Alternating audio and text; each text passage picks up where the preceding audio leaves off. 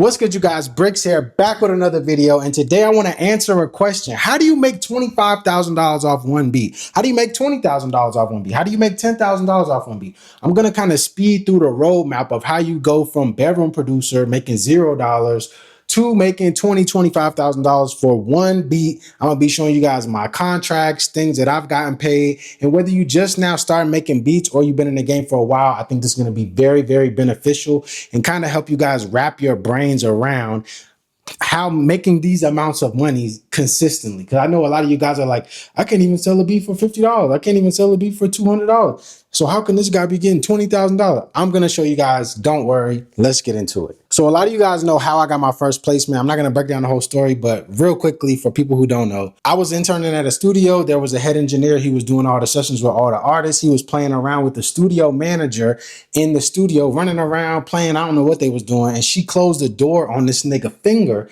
and sliced his finger completely off. And he obviously could not finish that session because he had to run to the emergency room. Studio owner calls me, Bricks, can you come to the studio right now? Yeah, I can come. I come in there, pause. It's Kevin Gates. We do the song. He ends up asking me how much I want for the beat. I ended up telling him, give me $2,500 for the beat. Now, before this, I had only been making $50 to $100 per beat. I never made more than that ever for a beat in my life. This was the first time I got 25. Well, I didn't actually get the 2,500 because they talked me down to 2,250, which is another thing that I teach my students. Set your price high, let them talk you down to something that is still amazing. You know what I'm saying? Let's say if you want $500 for the beat, you can tell them 1,000 and let them talk you down to 600. And now you're super happy because now you made 600 instead of 500. They feel like they're getting a deal. So they're like, dang, bro, rocking with me. And you just made some money. So like I said, I got 2,250 for that beat and that ended up being my first gold plaque. But that was the beginning of a series of huge jumps in payment for me. So it went from 2,200 to 2,500, then I was getting 2,750, then I was getting 3,500, then I was getting 5K, then I was getting 10K, then I was getting 15K, then I was getting 20K, then I was getting 25K. Like, I'm going to walk you guys through how that rise started and how you can start implementing these ideas into your own career so that you can hopefully start getting 10, 20, $15,000 for a beat too. Let's go. So after I got that first placement, I knew in my brain that, okay, I'm not selling beats for $100 no more. If I can get $2,250 for one beat, nigga, that would have took me like 20, 30 beats to make by selling my old way. I'm like, okay, I'm doing label shit now. I'm working with labels. And that is the number one thing I want you guys to know is if you want to get paid these big amounts of money, you got to work with labels. You got to work with artists that have recording budgets. So that's the number one thing that you guys got to peep. Now, if you're on the working with independent artists, that's completely fine too, but you're not going to be able to charge them. Let me not say that because I have charged independent artists $1,000, $1,500, $2,000, even $3,000. But it's far and few in between. You got to find an artist that really has a budget. And a lot of times you're going to do a package deal for them. If you're working with labels with major artists, let's say if you get a placement with Drake, it'll be easy to command $20,000 for a beat. You know what I'm saying? No matter who you are, to be completely honest, if you have the right representation, if it's Drake or fucking Beyonce or like a A-list artist, Travis Scott or something, you should be able to get $20,000 for that beat if you have the right representation and people talking for you. You shouldn't be handling this business on your own. Once you're in the actual business, you might need a manager to facilitate this deal and a lawyer to facilitate a deal for that amount of money, because you don't want to get $20,000 and then not get no back end money, because that could be hundreds of thousands of dollars. So you got to make sure that the business is right.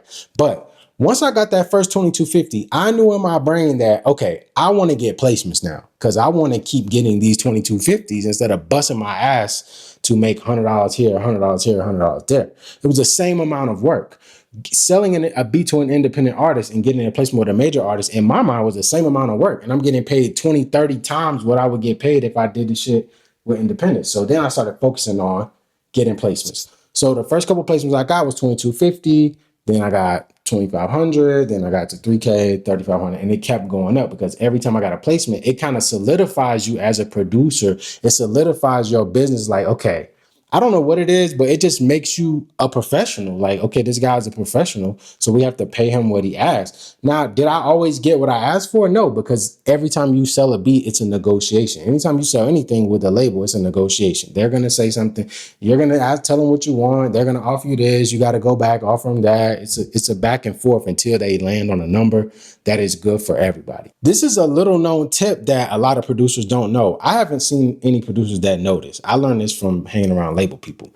But what you don't want to do is get 10K for a beat or 15K for a beat and then get another placement and charge them 3,500. And you might be like, why? Why would, like, there's been placements that are like 3K, 4K, 5K, and I've turned that shit down and been like, nah, we're not going to put out the song.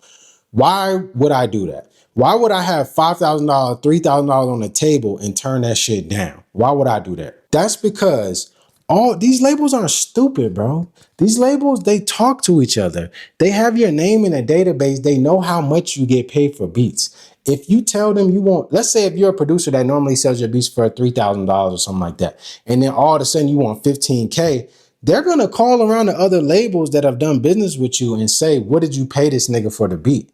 And then they're going to hit you with that. Well, how can you charge us 15 when you just charged them 3K? We're going to give you 2,500, nigga. Take it or leave it. Like, they'll try to play you like that because they talk to each other. They're not stupid and they're not on your side. They're working with each other. So let's say once I got 10K for a beat, I couldn't accept 3,500 anymore. I literally couldn't because that would bring down my beat value. You know what I'm saying? Which would have getting 3,500 for a beat when I first started would have seemed astronomical and insane to me. But once I started really getting a lot of placement again in the industry like that, I couldn't even accept 3,500. I can't, bro. Like, it was to a point where I remember I had a song with Don Q, right? And they could only afford to give me $2,500 for the beat. I'm getting 10K for a beat, 8K for a beat, 12, 5, 15 at this time. I said, bro, I want this song to come out. I cannot accept this amount. So I said, look, this is what you're going to do. I'm going to add one of my students as a co-producer, right? My student ain't do shit on the beat, but I just throw my students plays like this. You're going to pay him $2,500 and he just going to give me the money in cash. You know what I'm saying? So that allowed my student to get a placement, that allowed his beat sale price to go up, and that allowed me to not ruin what I had going on with these big labels. And I still got the money. So it was, we worked it out. You know what I'm saying? If you want to learn from me and learn how I get placements, how my students get placements, how to start selling your first beats and start really making it in the industry, click the link down below and join my VIP group where it's all my top tier students cooking up, sharing game, dropping gems. We do a lot of classes, and I'm going to give you all of my sound kits, drum kits, melody kits, multi kits. Click the link down in the description. Let's get back into the video. How do you get to 10K? How do you get to 15, 20K? Well, that comes with a combination of building a brand, working with higher level artists that have higher budgets, and working your way up the totem pole. Pause. You got to work your way up. So you're not going to come in the game demanding 15K. It's not going to happen. You got to start at 2K, 3K, 4K, 5K, 6K. So, and you work your way up, and that's how it goes. And then, especially if you're getting a lot of placements with a lot of artists on the same label, they kind of already know what they've been giving you for their last beat. So they'll just, like, let's say if they ended up giving you 6,500 for their last beat, they're just going to offer you 6,500 again. Like, and then that's kind of your price. And that's what you're kind of going to get over and over and over and over, which is fucking great. And then you just start working your way up as you get more placements. The more placements that you get, the more you can command when you walk into a situation. So a lot of producers are like, what's the importance of getting placements? It solidifies you as a producer. It's really going to help you with your branding. It's going to help you get more opportunities because now you're the guy who did X, Y, and Z. Now, I'm going to be honest. Once you get to this level in the game, you are going to need a manager. You are going to need some representation. If you don't got shit going on and you work with independent artists, y'all can just use the shit that I used to do. And I used to create a fake email and said it was my manager, but really it was me. So I'll play good cop, bad cop with the independent artist. The independent artist, I'd be like, look, bro, just hit up my manager and y'all work out the deal. Da, da, da, da. The manager he's hitting up is actually me. You know what I'm saying? So I'll just be like, he said, what? Oh, no, I'm going to go talk to him, bro. He in LA right now. I'm going to talk to him, see if we can get the price down. And I'll just be the good guy and the bad guy at the same time so I can get the money, dog. I had to get the paper. So instead of me just telling them this crazy number up front and they being like, damn, bro, I'll put the blame on the Even when I had my studio and everybody was coming and recording in my studio, any problems, I would just say, oh, I talked to the owner. Nigga, I am the owner. But nobody knew I was the owner at the time, obviously.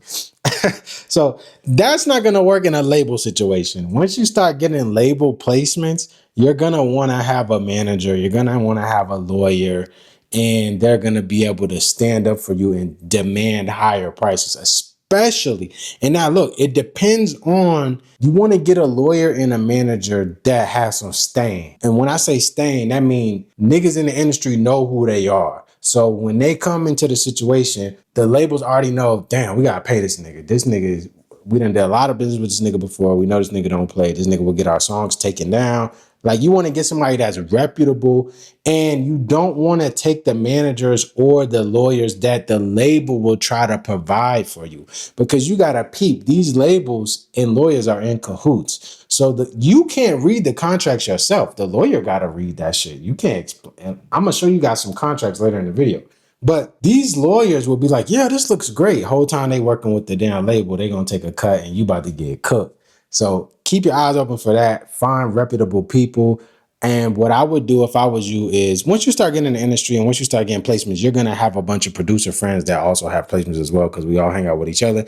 And you can kind of ask around like, yo, who's your lawyer? Who's your manager? And you can just work with people that have good track records from people that you respect and trust. So that takes care of that. So let's say you get your first placement and the label hits you back in the email. Hey, we want to use this beat. Who's your lawyer? Who's your manager? Sometimes they'll ask you that just to try you, to see if you have any representation. That's the thing. Be aware of that. But sometimes they will ask you, can you send us your name, email, address, this and this and that, so we can send you over the producer documents. You'll be like, okay, you send it back, and then they'll send it to you, and it will have your producer fee in it. And if you don't know any better, you will just accept whatever they put on that piece of paper.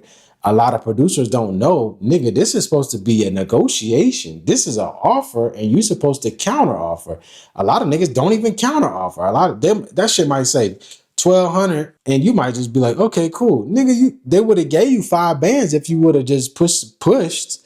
You know what I'm saying? A lot of niggas don't even know that they got to push back, bro. This shit is a negotiation. So for one, don't accept the first offer that you get. Ever. Always at least push back. The worst they can say is no. This is how I learned my negotiation techniques that I teach to my students, because I've done it. Everything I teach, I've done myself. If they say 2,500, I'm going to say, give me 5,500. They're going to come back and say 3,500. Everybody's happy. You know what I'm saying? I'm just giving a random example, right? So that's what you want to do. So once they send you the paperwork, first you want to get a lawyer and have a lawyer do the back and forth, because your job is to be in the studio making beats, not work doing these fucking deals, and you haven't went to law school and you're going up against fucking niggas who work at record labels that went to Harvard and do this shit day in and day out. You know what I'm saying? You're supposed to be in there making beats, so you have to get a lawyer to handle this shit for you unless you want to get screwed. So enough about that. I want to show you guys some of the contracts that I've gotten, how much I've gotten paid for beats, so that you guys can kind of wrap your brain around the rise of, I'm going to look at my email and see, you know, what contracts I still have in there. But I want you guys to see the rise of beat price throughout my situation. Let's get into it. So I want to share a quick story, explain with you who I am and what I do. My name is Damane. I'm a music producer from Atlanta, Georgia, and I don't work with the biggest artists in the world: Drake, Gunna, Lil Wayne, Young Thug, Lil Baby, you name it, 21 Savage. I don't work with them. And not only was I able to do that, I done spent the last 3 years helping hundreds of producers just like you start from absolutely nothing and start selling their beats, getting their first sales, getting their first placements, getting their first plaques, even some people getting record deals, bro. You need to surround yourself with people that have accomplished the things that you want to do in your life if you want to win. And that's why I created the Producer Pathway. What is that? The Producer Pathway is the #1 community for producers where we're growing, learning, connecting, and simplifying the process of producing. You're going to get access to 5 hours of course videos taught by me.